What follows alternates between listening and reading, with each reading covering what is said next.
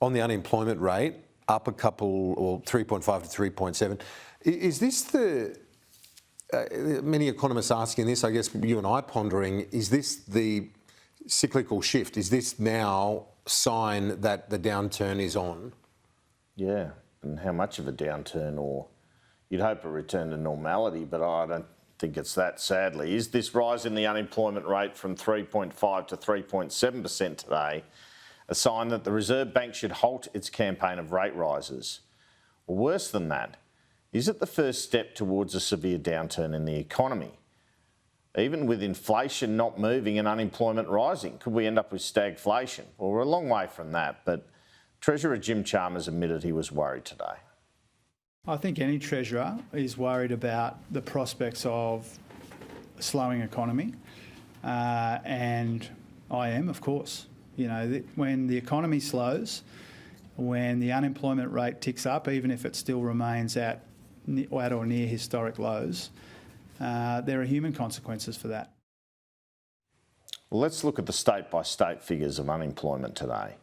You can see that New South Wales is keeping the rest of the country below 4% when it comes to unemployment.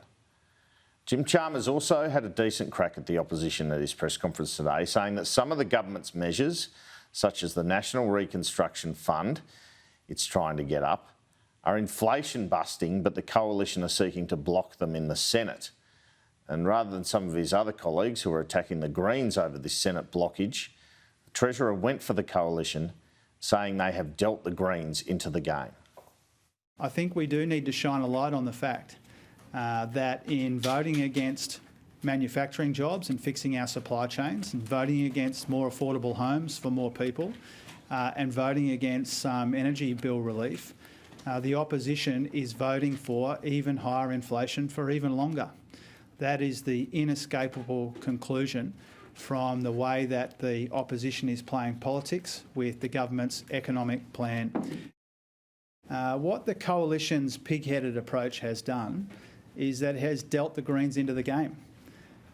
When the coalition takes the absurd decision to oppose, for example, the safeguard mechanism that they designed and supported 9 months ago, then that makes the Greens more relevant than they would otherwise be.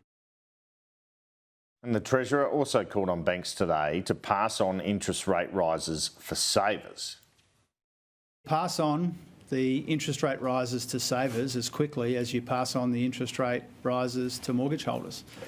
And I understand that people are furious when mortgage rates go up more or less immediately and savings rates go up much slower or not at all.